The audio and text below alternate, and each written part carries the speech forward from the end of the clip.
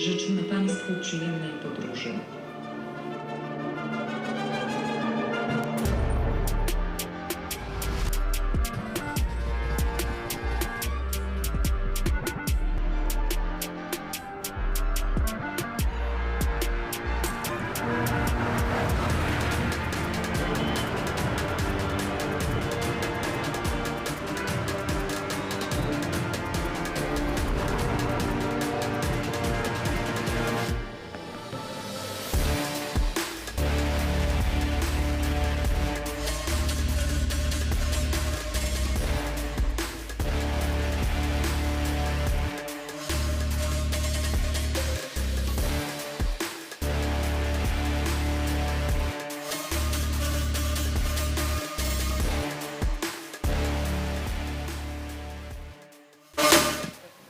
Round number 2.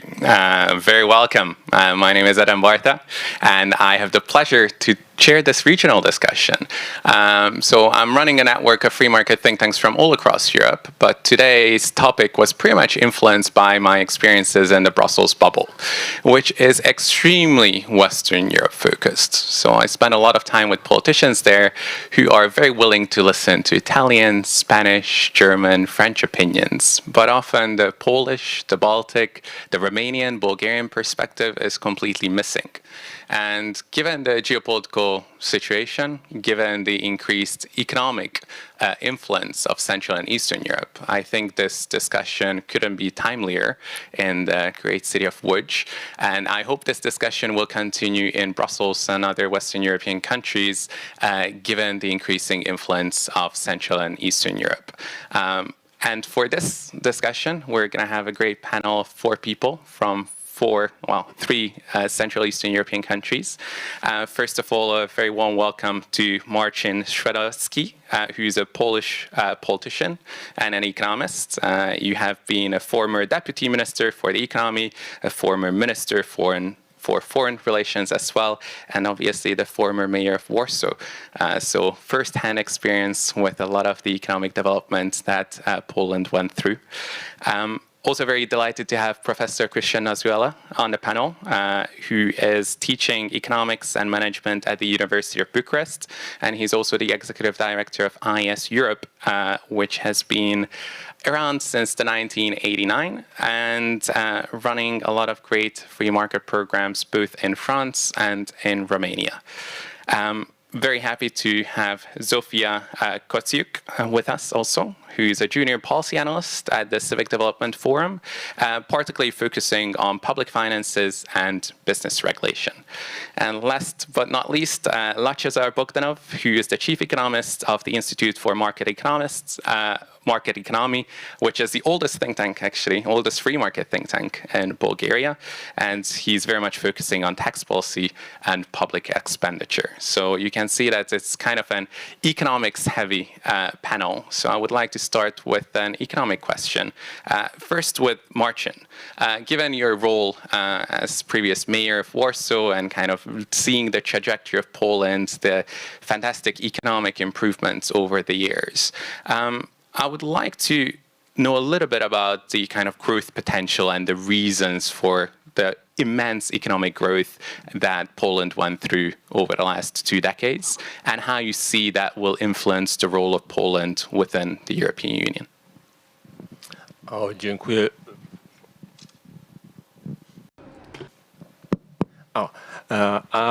Thank you very much for this question, but I will speak in Polish, if you allow, since I think that most of the people are from Poland here.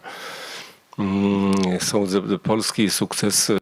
Well, the Polish success, we owe the success of Poland to the so-called Balcerowicz plan, the shock therapy, which immediately introduced free market conditions, which made, as a result of which our economy had to adjust to the global markets, to the market economy. It was quite a costly therapy. It brought about a rather high unemployment rate, but it immediately put us on the right track.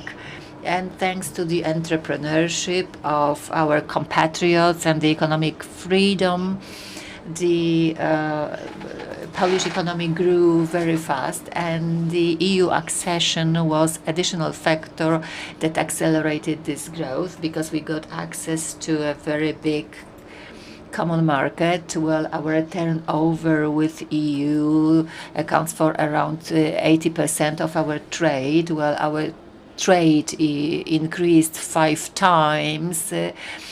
We export our food surpluses to the EU, but also unemployment that we had in Poland still at the beginning of this of this century, in a way got exported because people were leaving Poland for other countries. Well, so the question, I understand, also relates to the future. Well, what's important for Poland is to finish certain aspects such as privatization. Our economy is still over-regulated, but I think it's true of all the EU. We are not catching up with the Far East or United States when it comes to the digital market, the top-notch services that should be changed. And of course, if Ukraine joins the EU, this will be very beneficial for Poland. Well, there will be problems related to that, but I think that the overall outcome will be positive if it is well prepared. Well, speaking also about the economy, our future is linked with the EU, and one more thing that about the European Union is the free trade agreement between the EU and the United States, the so-called TTIP, which was stopped by Trump. These negotiations were not taken up by the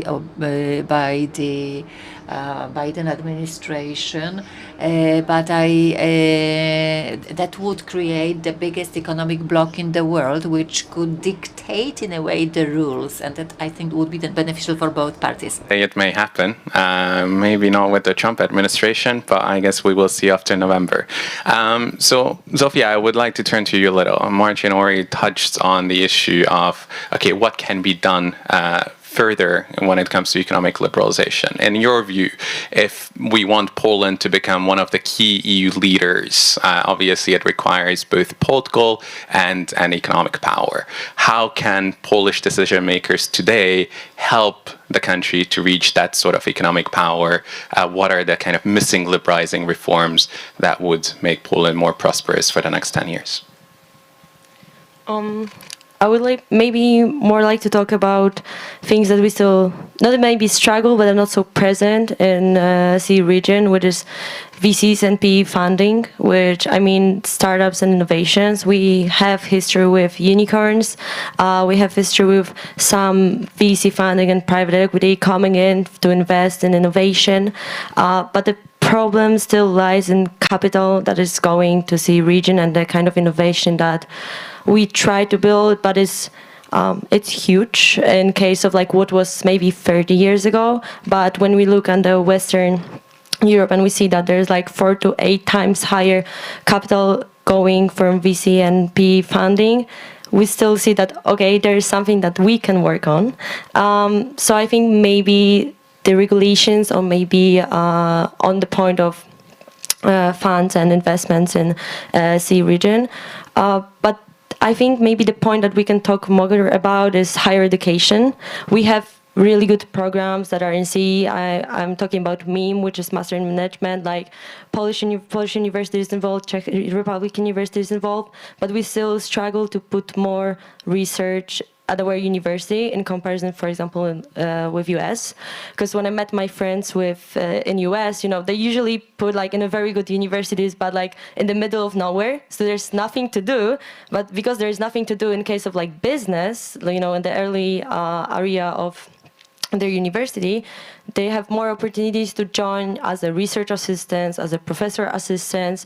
This is something that I don't want to say it's not existing. It is existing, but it's much harder to join research cohort in especially Polish university. So maybe more structured approach to get students involved even at bachelor level or master before they will come to PhD, because I think it's very good we cooperate with the biggest consulting firms, with the biggest banks, etc.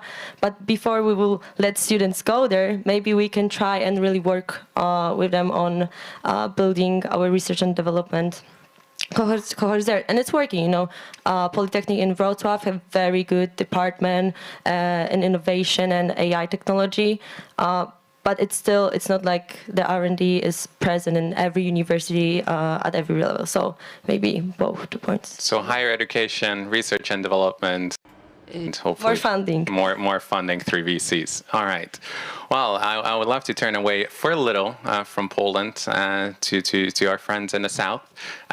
Romania is no Poland yet, but what are the kind of economic policies that you think Romania implemented over the last 10, 15 years that would be worthwhile to copy in the region in order to boost economic growth, in order to boost competitiveness? So best examples from Romania. Why will you guys be great? So I'm not going to steal the thunder from Latchezar on taxes, because Bulgaria was the model that we took the example from. But I think the Romanian tax system is better than many, because not because of the low taxes, but because we recognized, for instance, that contributions on the salary are all paid by the employee. So in something that is radically different from most other places in the European Union, the employer does not pay the contributions. We recognize that, you know, it comes out of the work of the employee. So the gross salary includes all the contributions, and the employee sees them on the payslip. They are paid for by the employee in declarative form, not just in practice, which is the way things work in other places. I think this is something that was very useful to increase fiscal responsibility, to basically make people more aware of how much money the government is taking from them from their work. And definitely, I hope this is something we will see implemented in Western European countries in the hopefully near future, although, you know, it seems a bit unlikely. Besides this, I think two areas in which Romania has done well are telecom sector regulation, which was nearly inexistent in the 90s, and this has helped a lot of development in the telecom sector. It helped us be at one point the country in the world with the fastest internet. It's no longer the case, but we are still very much at the top, so it does not hinder business development in any way. And it was interesting that we managed to pass to a regulated system without disturbing the good things that we had too much. So that's one other very important thing. And the third that I would give as an example is related to the healthcare sector.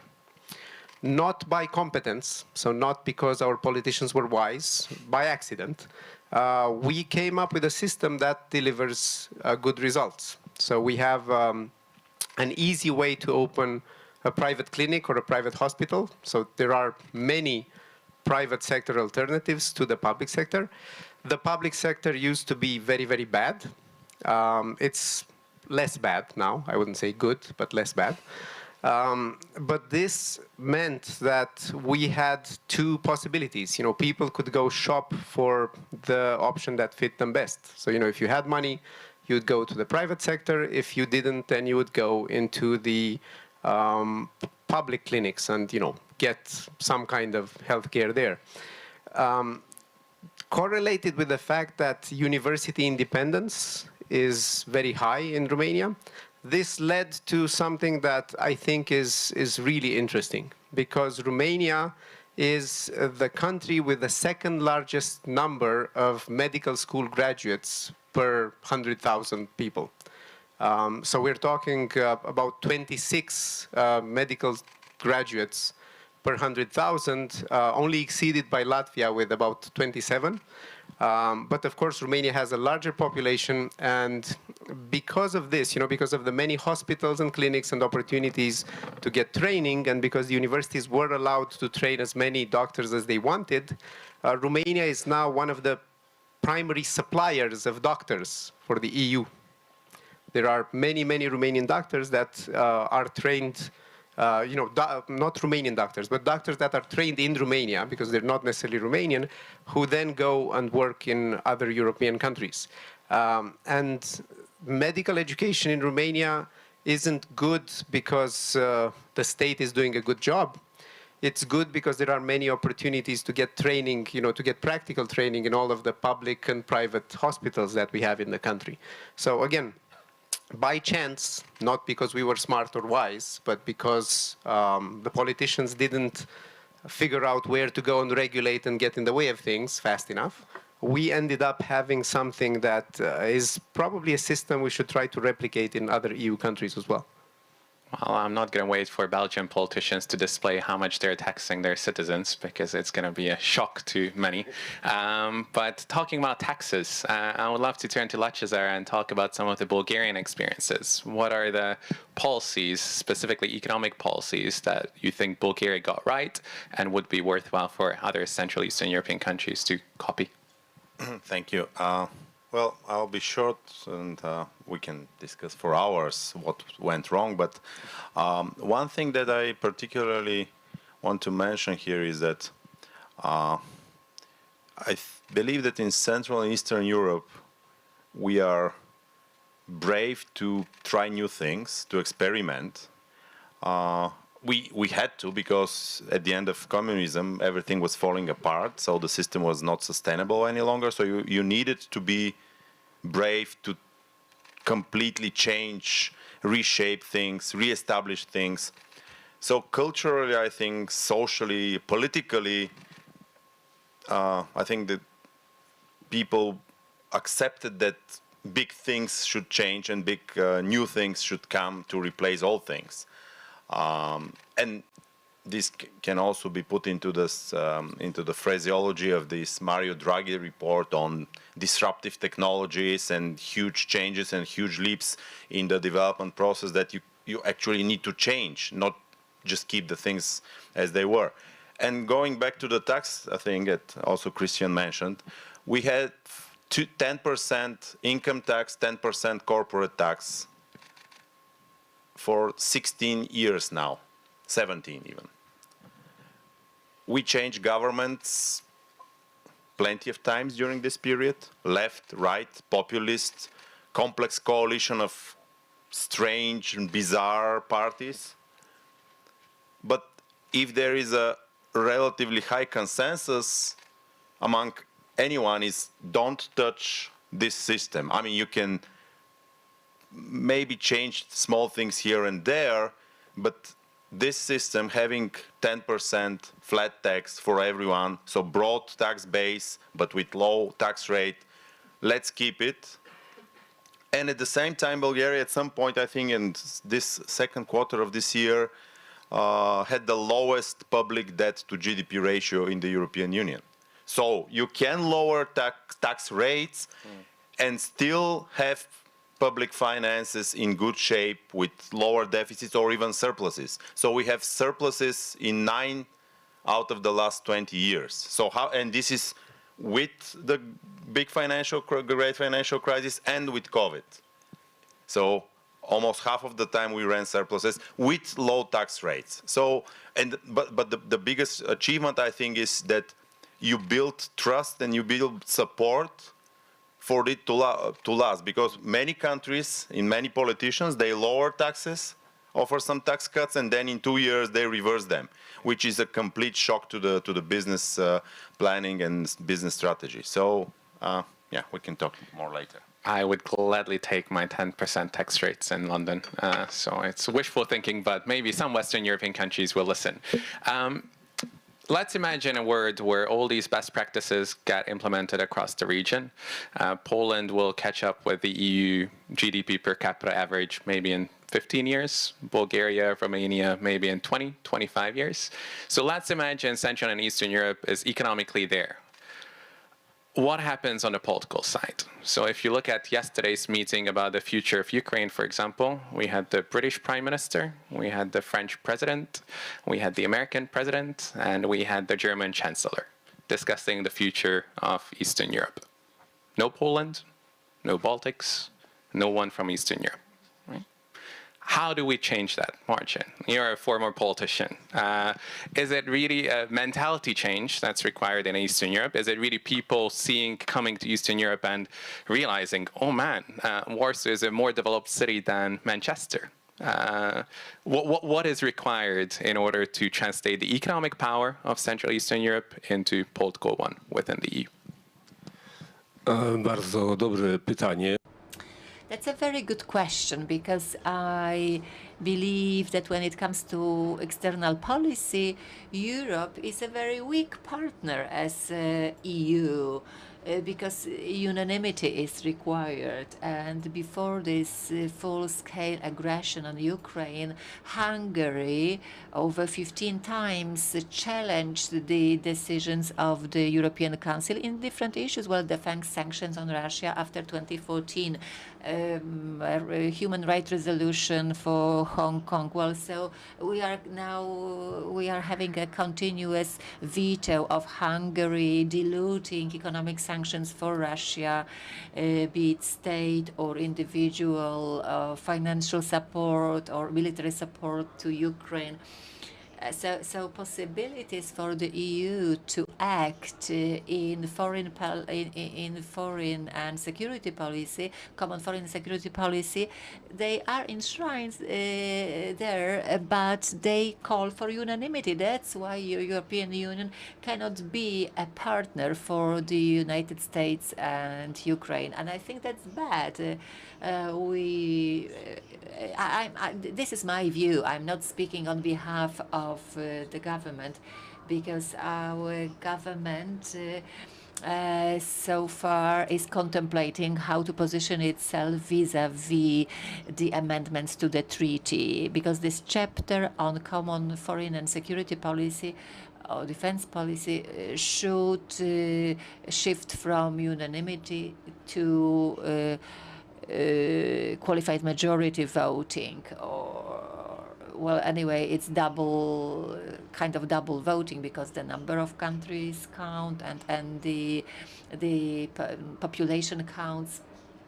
So because we should feel safe that nothing will be forced out on, let's say, Poland, but we could eliminate such vetoes like that of Hungary or Slovakia, and do much more for Ukraine, impose stronger sanctions on Russia, and to represent a more uniform or homogeneous political line vis-à-vis the United States. Unfortunately, well, the government so far is somehow afraid of these treaty amendments. Well, they somehow subdued to this law and justice narrative that this is the end of sovereignty, the idea of a country where there are poles, but which is governed from Brussels or Berlin, which is absurd, of course, because at the level of foreign policy, there will be issues that will be of interest to us, but where we want to have our own foreign policy, we'll still have it, but the EU can foster help to aid to Ukraine, and decisions will still be taken by our government in cooperation with other governments.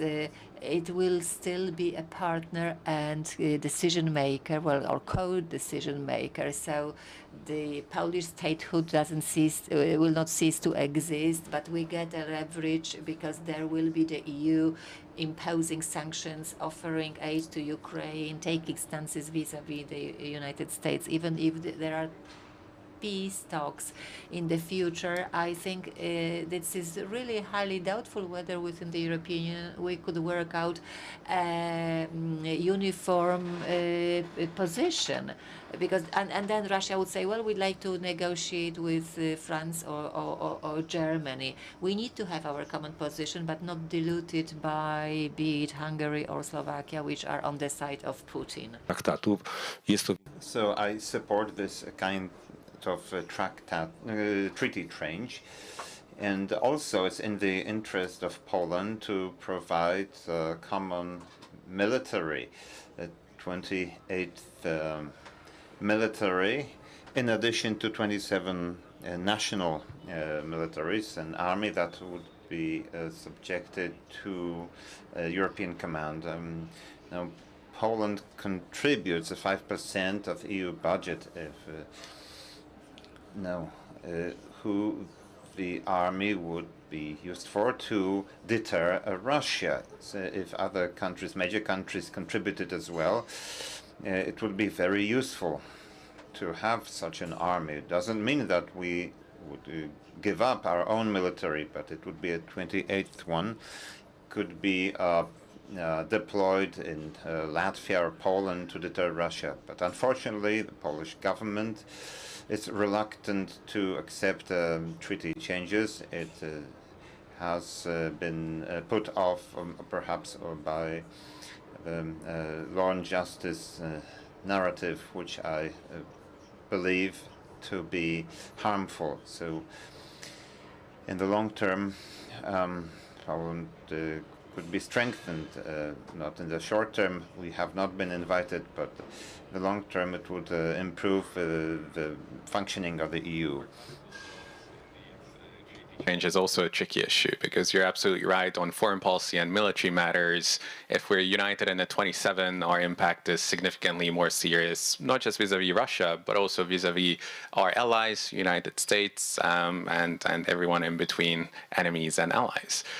Obviously, it's a bit more tricky when it comes to some of the economic questions, right? So let's imagine a world where Poland and the Baltics are the only ones who like to stick to some pro-market policies like low corporate tax rates, and it's centralized by the European Union. And if we removed veto powers, then maybe we will on the losing side of some of these economic changes. But given how many economists we have on the panel, I would like to turn to Latchezar or to Christian and ask, what are the kind of EU-level positive impact that Bulgaria or that Romania can have within the current structure of the European Union? So what are the things that your countries, with the background that you have, low tax rates in Bulgaria, IT economic competitiveness in Romania, what are the things that your government should really be pushing on an EU level in order to make not just your countries more prosperous, but also the rest of the single market? Can I go? So, first of all, to frame a few things for those in the audience who don't know these things, probably most people, Romania is one of the most pro-European countries in the EU. 83% of Romanians think it's great we are members of the EU. The other 17% don't necessarily think it's not great, they just didn't say. So we understand, comparing the current state of things with communism, we understand that, being a part of the single market is a very important thing, that it is a source of great opportunity that has helped our country develop at a rate which, by the way, would make us reach the average way sooner than 20 years. What's the year? So it would be 12 years if we were able to maintain the previous rate of approach. I don't think we will. With the German economy and the French economy slowing down, you may get there even sooner. Exactly. So, it's not just us, it's also how poorly the others fare. Unfortunately. Fingers crossed. Yeah. But to get to the question, I think it's also very important to note that the reason Romanians are actually becoming more Eurosceptic than they used to be is due to a lot of bad policies coming from Brussels. So there are many things, like tax harmonization. which are impacting the opinion that Romanians have on the EU project as a whole.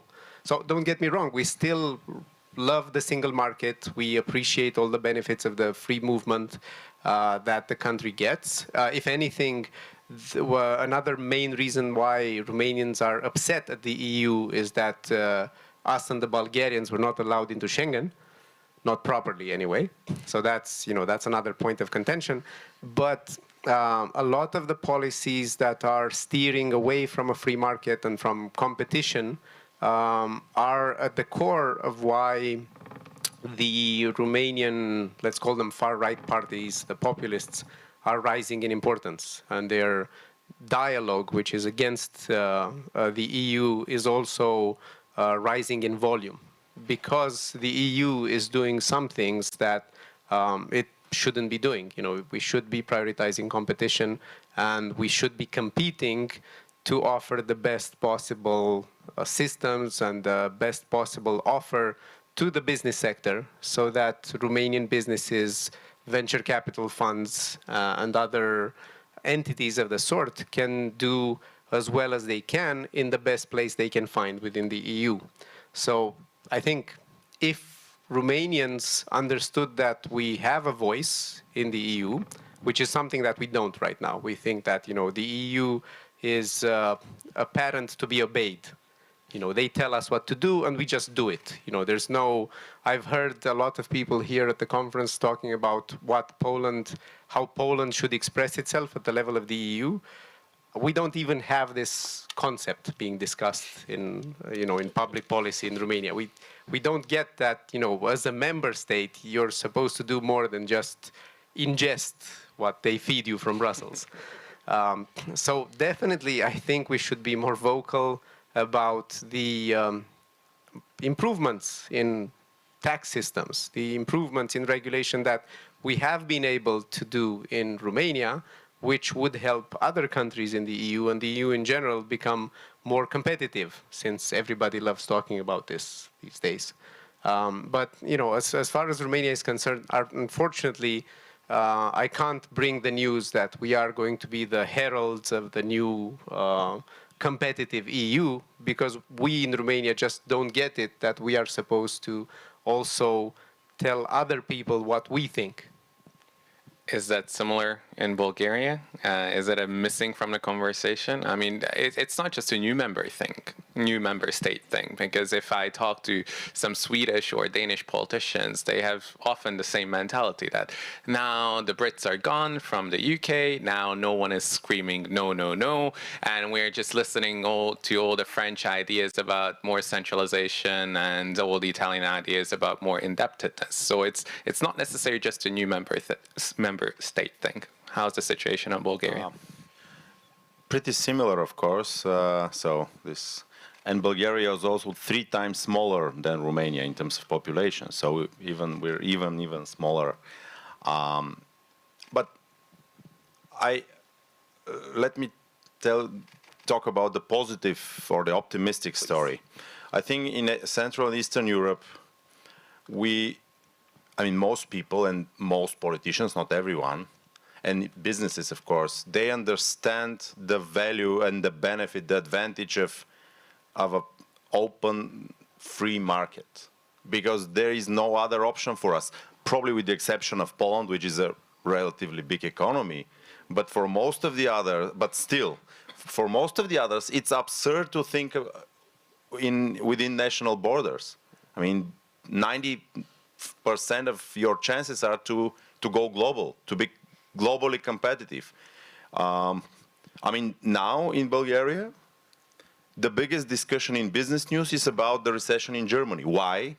Because everyone works for the German industry. So you supply German manufacturing with things in our manufacturing. So you have to be interested in what is going on around you. So this is overall support for trade openness, going global, and again, try new things. Christian discussed let's say the IT or digital services and companies. It's thriving in Bulgaria. In the last 10 years, we added 65,000 jobs in IT services.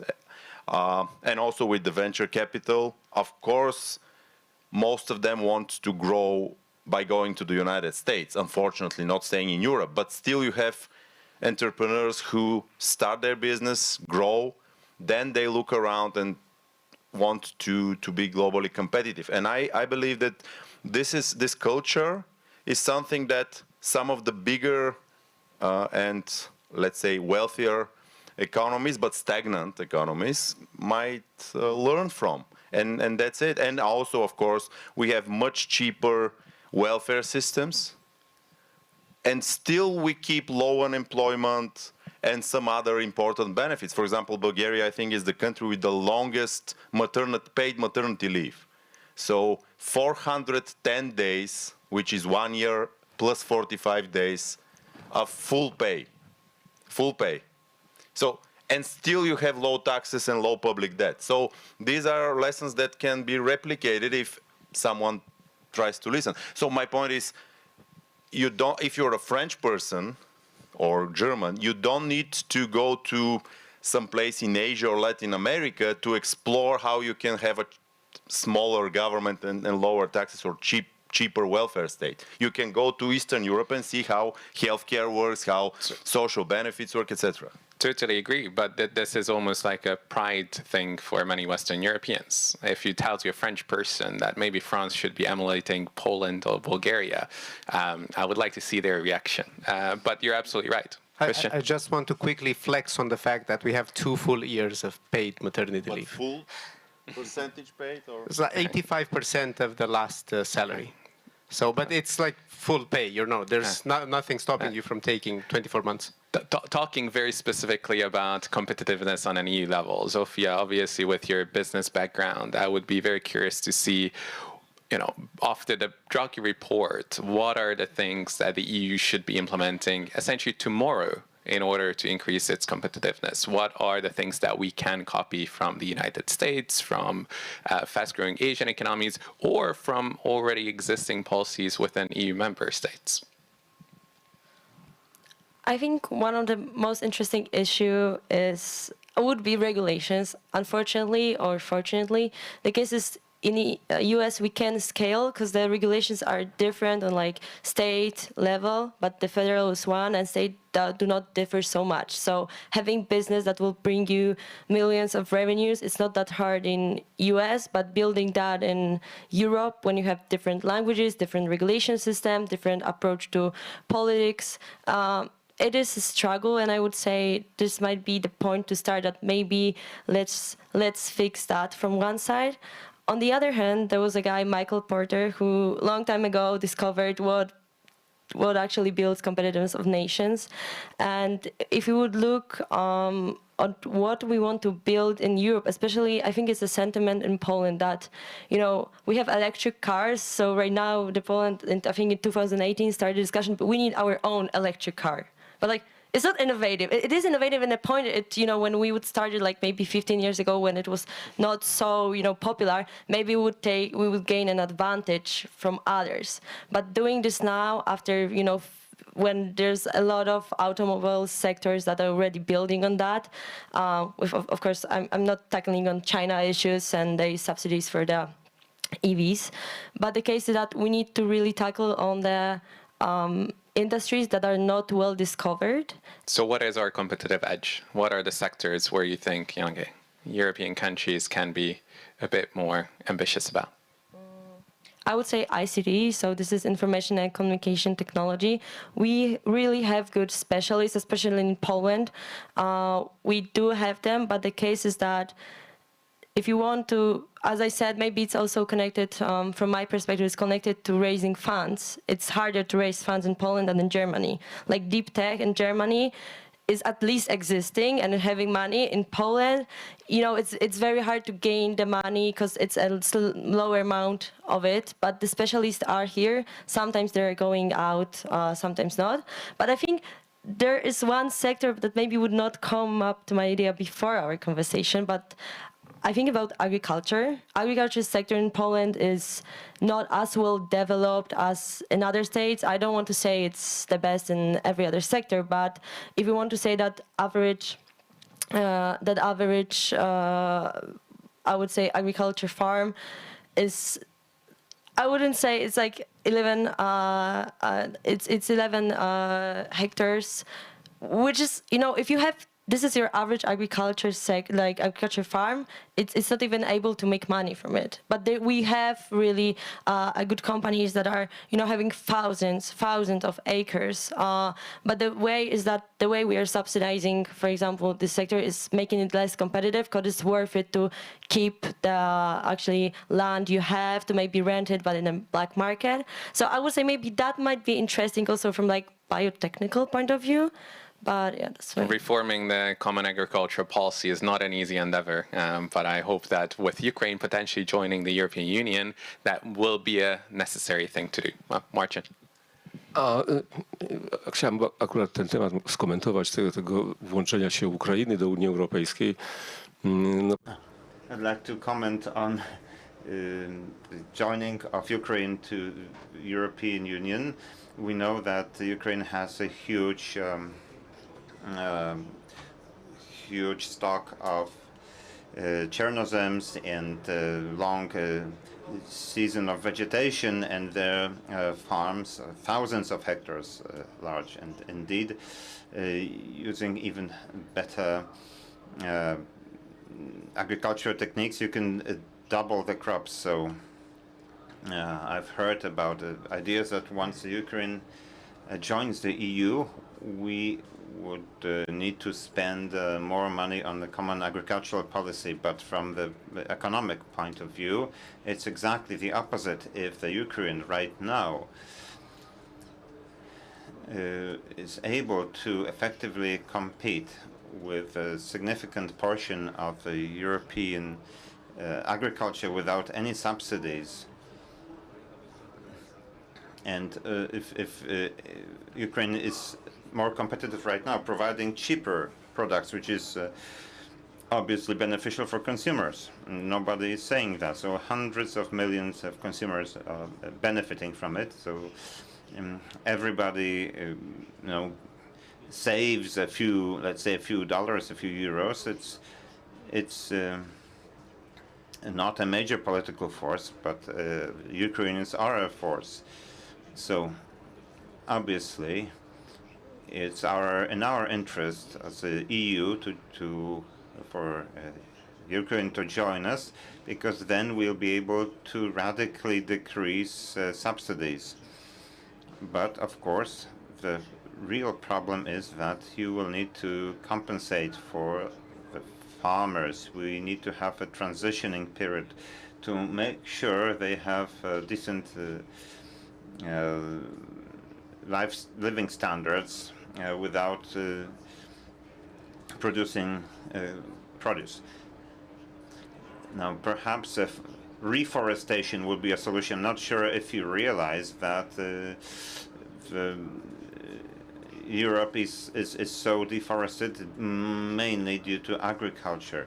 So I think that the benefits of Ukrainian agriculture would be very substantial for our consumers and the food safety of Europe. But I'm not sure if the thinking of politicians and think tanks goes in this direction, as they're linked to the agricultural lobby, or they are not able to think out of the box and realize that it won't be necessary to provide extra subsidies.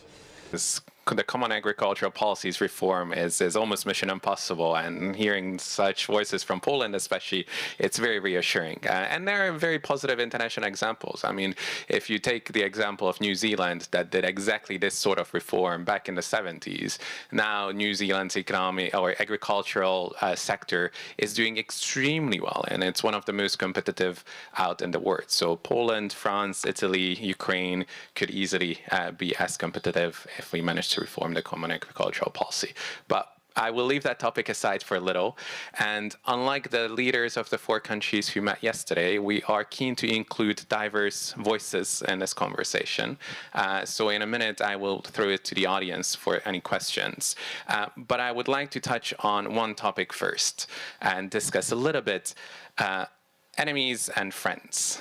Enemies to the east, east of the beast, or the beast of the east, and friends in the west who are going to have a presidential election in less than 3 weeks' time. So I would like to get your ideas a little on the influence of Russia on Central Eastern European countries. Marcin, you already mentioned Hungary.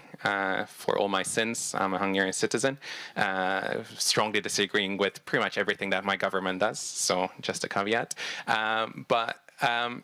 How does the Russian situation and obviously the Russian increasing aggression influence both the economic and the political world in Central Eastern European countries? So some countries like the Baltics and Poland are extremely resistant to Russian influence.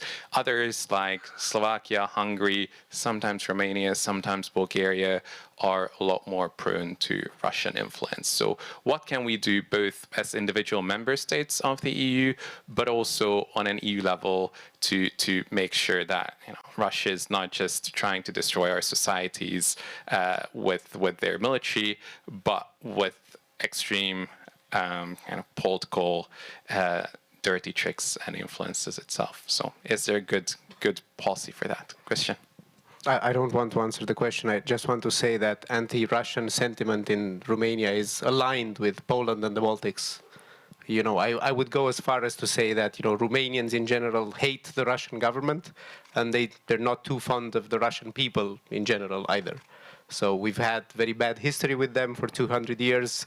Nobody needed to tell us that Russia was bad. It's not like in any of the other countries in our neighborhood that have pro-Russian parties or pro-Russian politicians. We have a party, 2 parties actually, that are likely financed by Russia, that are seeding dissent.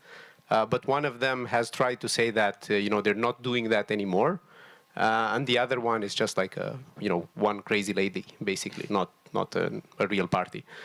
So in terms of this, at least, it is quite different from our neighborhood, but I don't have an answer to what the question, what should we do to limit even this influence that does exist in a country where the vast majority of people are against Russian influence and they can see the Russian influence, but you still get somewhere under 10%, maybe 5-6% in total of the population that will still vote for people who actively serve the Moscow agenda. I have no good answer for this, unfortunately. Is the situation as rosy in Bulgaria as it is in Romania? Not in any similar way. But again, I want to focus on the positive, optimist. Because, Bulgarians, half of them love Russians. So, I don't know, sentiment. But it's a long story. I had to learn Russian in school. So now I can talk to taxi drivers in Poland easily. But the positive thing, this shock that happened with the war, I think it proved that all these given things are not given, all the myths, like we cannot survive without Russian gas, which is 100% Russian gas. Well, we survived. Nobody was, freezing during the winter. Nothing stopped. The industry is working. Everything is fine. The same thing with tourism. We used to have a lot of Russians visiting the Black Sea coast resorts. And of course, the tourist lobby and the pro-Russian parties, they said, okay, we need to be friends with Russia because otherwise tourism will collapse. Nobody will go there. Business will die. We had tremendous rise in tourists in 2022, 23, 24 without Russians. So I think the good thing about this development is that at some point people realize that all these myths are just myths.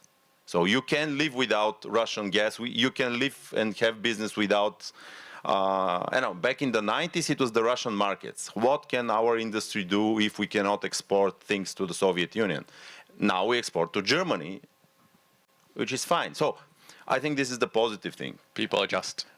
Gradually they understand that Russia is not that important, not that big, and we can do without them. Again, tourism, tremendous growth last 3 years without Russians. So Life goes on indeed. We have about 10 minutes left of the conversation, so I would like to throw it out for the audience for any questions.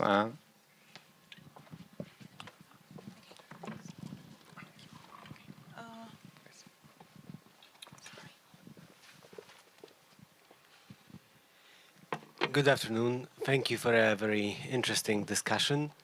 My name is Filip Lachowski. I'm keen to get a feel on whether Central and Eastern European countries, or at least our distinguished panelists, can fully align on the main priorities for reshaping the European Union from CEE. So let's maybe run a small test. Let's hypothetically, let's assume that Central and Eastern European countries could change one thing in the EU if they agree on what it needs to be. I'd be keen to understand what it should be.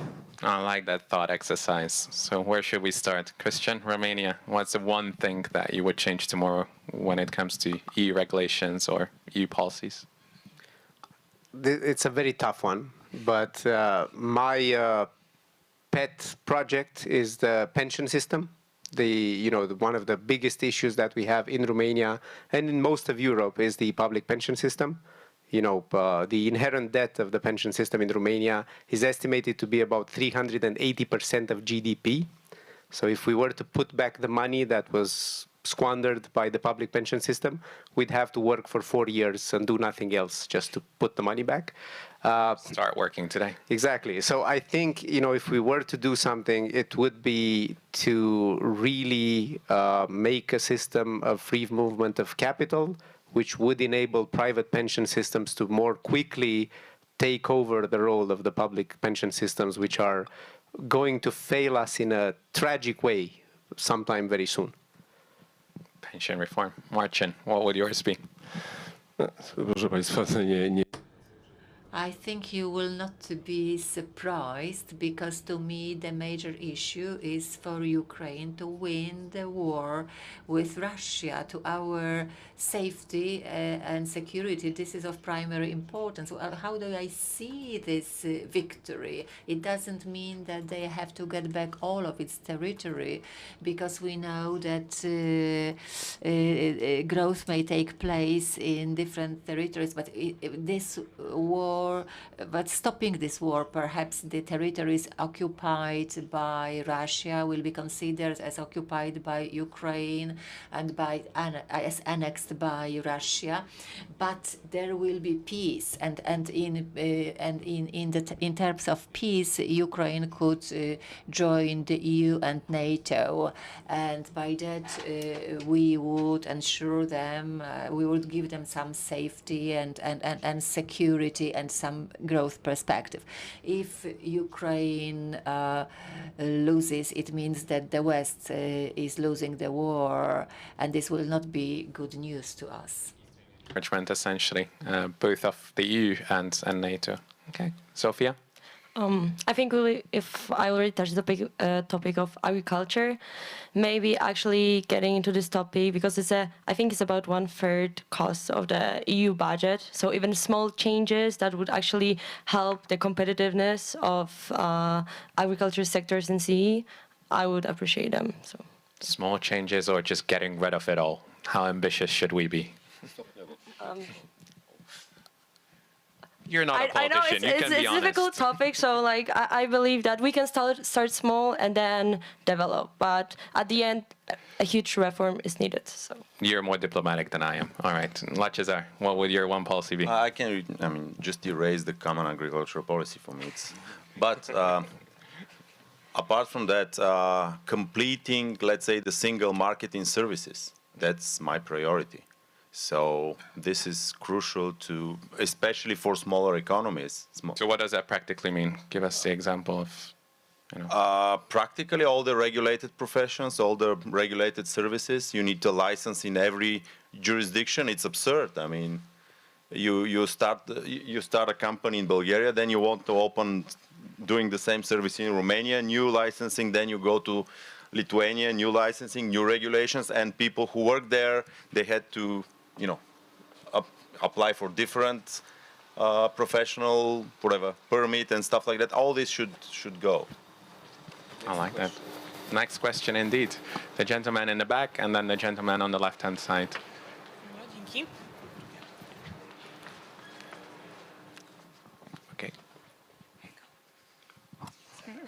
Thank you for interesting discussion, but I have a question about, because you said about joining Ukraine to the EU, and one thing, should we put aside the problem of corruption in Ukraine, because we know that there is a little bit problem in Ukraine with that, and what is your point of view on this problem? And other question, what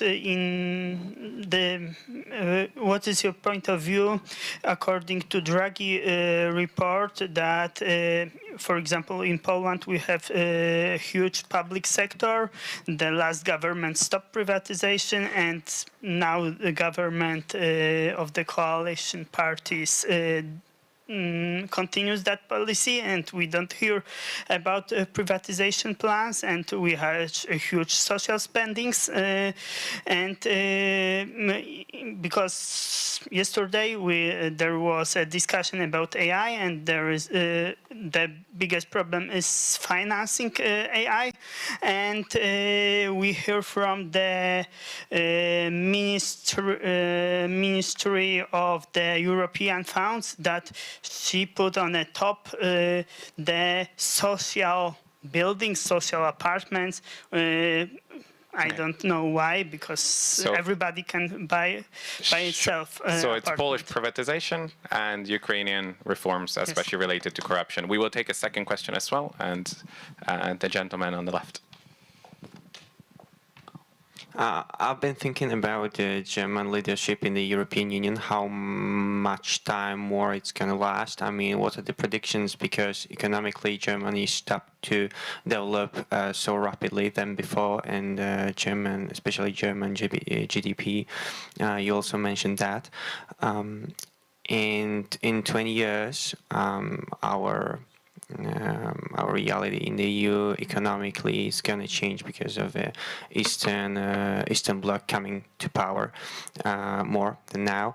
And is Germany going to step aside, or what are the predictions? Or in 20 years, the reality is still going to be the same as today? Perfect. Thank you so much. Marcin, would you like to address Polish privatization, and then Christian and Latchezar can comment on the Ukrainian situation as well? Ja mogę skomentować tą korupcję. I can comment on this corruption in Ukraine, because really there is quite a lot of corruption on the one hand, but on the other hand, after the revolution in 2014, they took steps to counteract corruption. There is a special prosecutor, a special court, business ombudsman, and so on and so forth. There are institutions which perhaps don't work very well. Right now there is some kind of wartime corruption. Well, corruption is still there, but in my opinion, this, Zelensky, the current government is much less corrupted than at the time of Yanukovych, because at that time these structures were completely corrupted from top to the bottom. Well, you had to pay bribes to everyone at each level. Well, of course, there may be a minister or deputy minister who is caught red-handed, but they are dismissed immediately.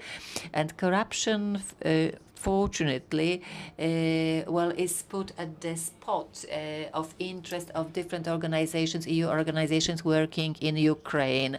So they are really following it very closely, and they are working also on the transparency of recruiting people to these organizations. So there is a kind of common effort of the government and the EU institutions. Probably we could do more and better.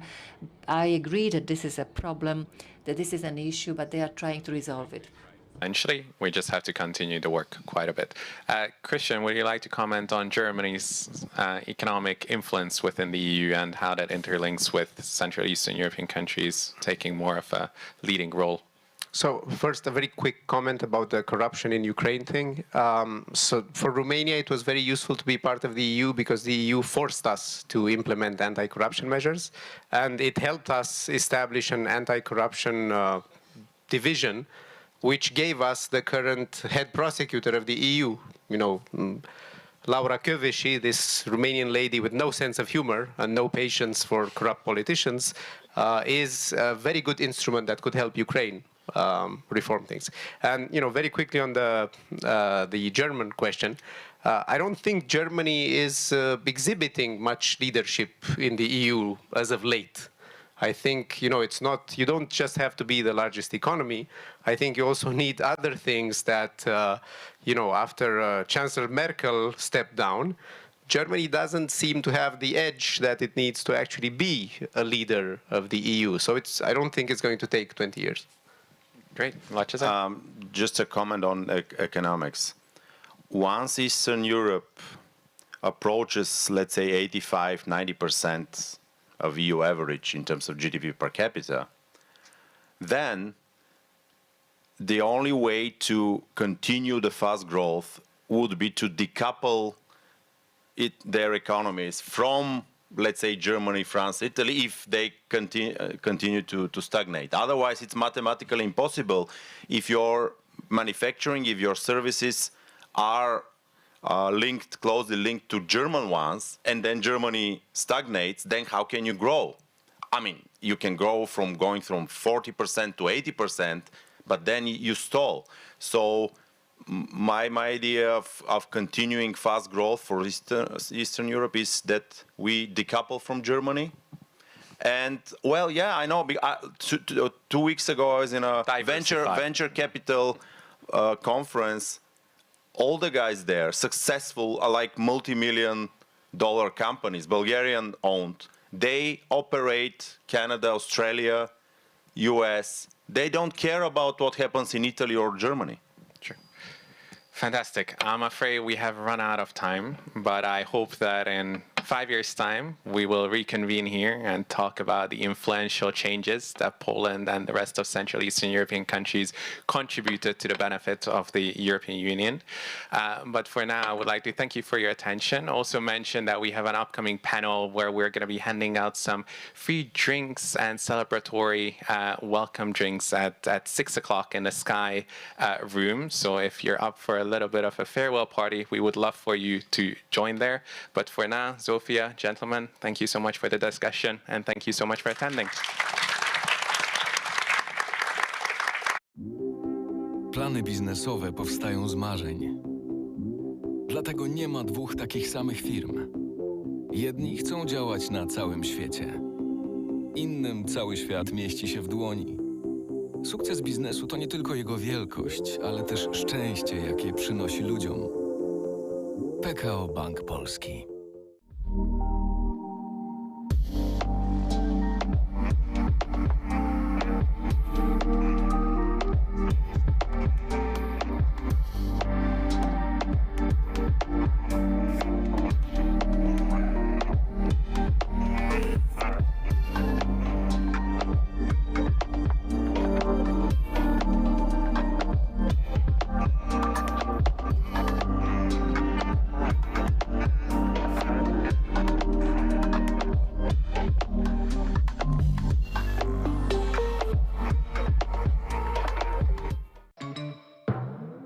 Czy wytrzymasz klockowe tortury ze stoickim spokojem?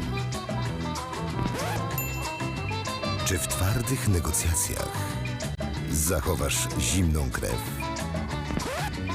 Czy poddasz się dobrowolnej eksmisji ze swojego łóżka? Brawo! Test na obecność serca zaliczony. To znaczy, że ty też możesz być rodzicem zastępczym. Dowiedz się jak na testserca.pl.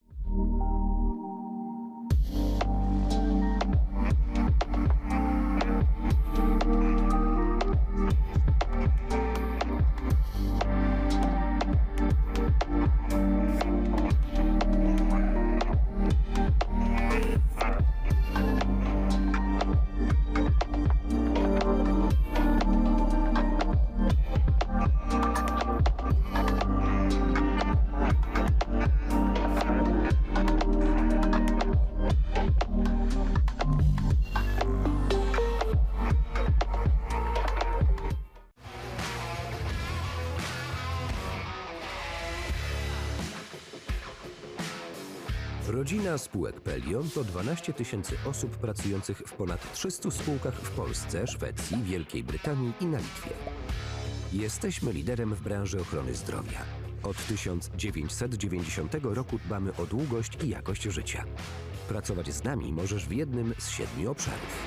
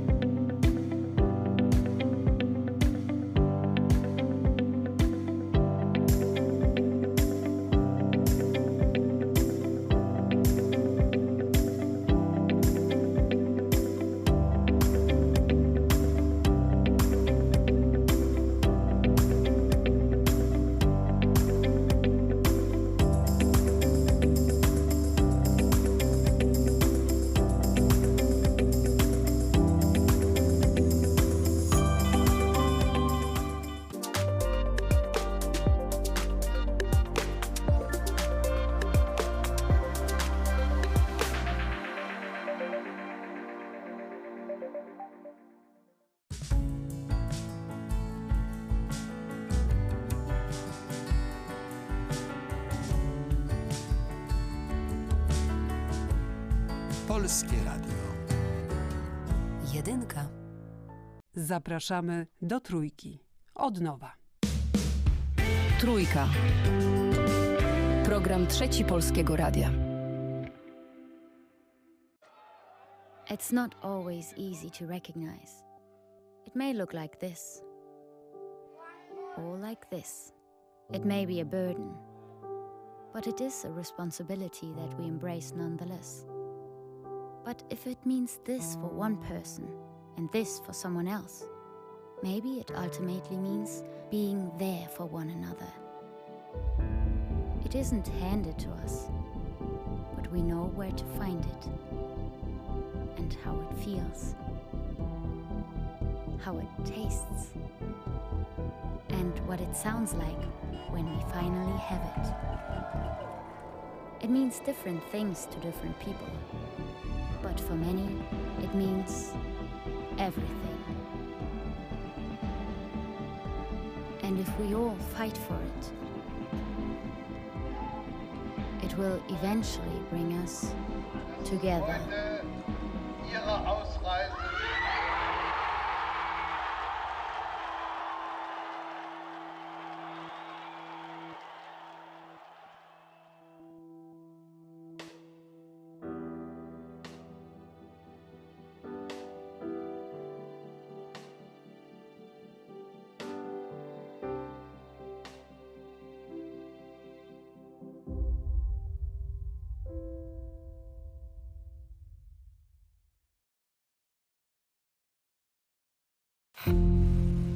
Jedzą kanapki z kawiorem. Nadzwyczajna kasa. Obrażanie dziennikarzy telewizji polskiej. Chodzi o działania polityczne. Przygotowanie ofiar dla pedofilów. Für Deutschland.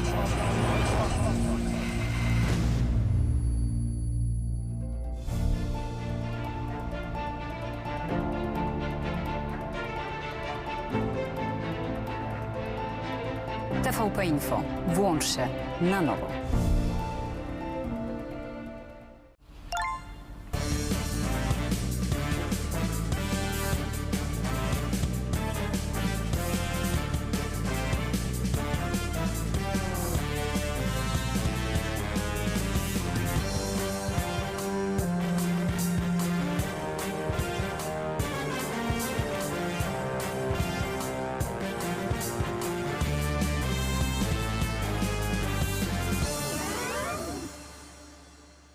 Radość, nadzieja, życie, wyzwanie, pasja, pamięć, zaufanie, pokój, jedność. Słowa tworzą świat. Polskie Radio. Źródło wiarygodnych informacji. Uwielbiam szycie w sieci. Wczoraj podszyłem się pod wnuczka, wieczorem uszyłem intrygę na apce randkowej, a dziś planuję grubymi nićmi szyte oszustwo z promocją. Tak się szyje. Na oszustów są sposoby. Zapoznaj się z poradami ekspertów na niedajsiepodszyć.pl.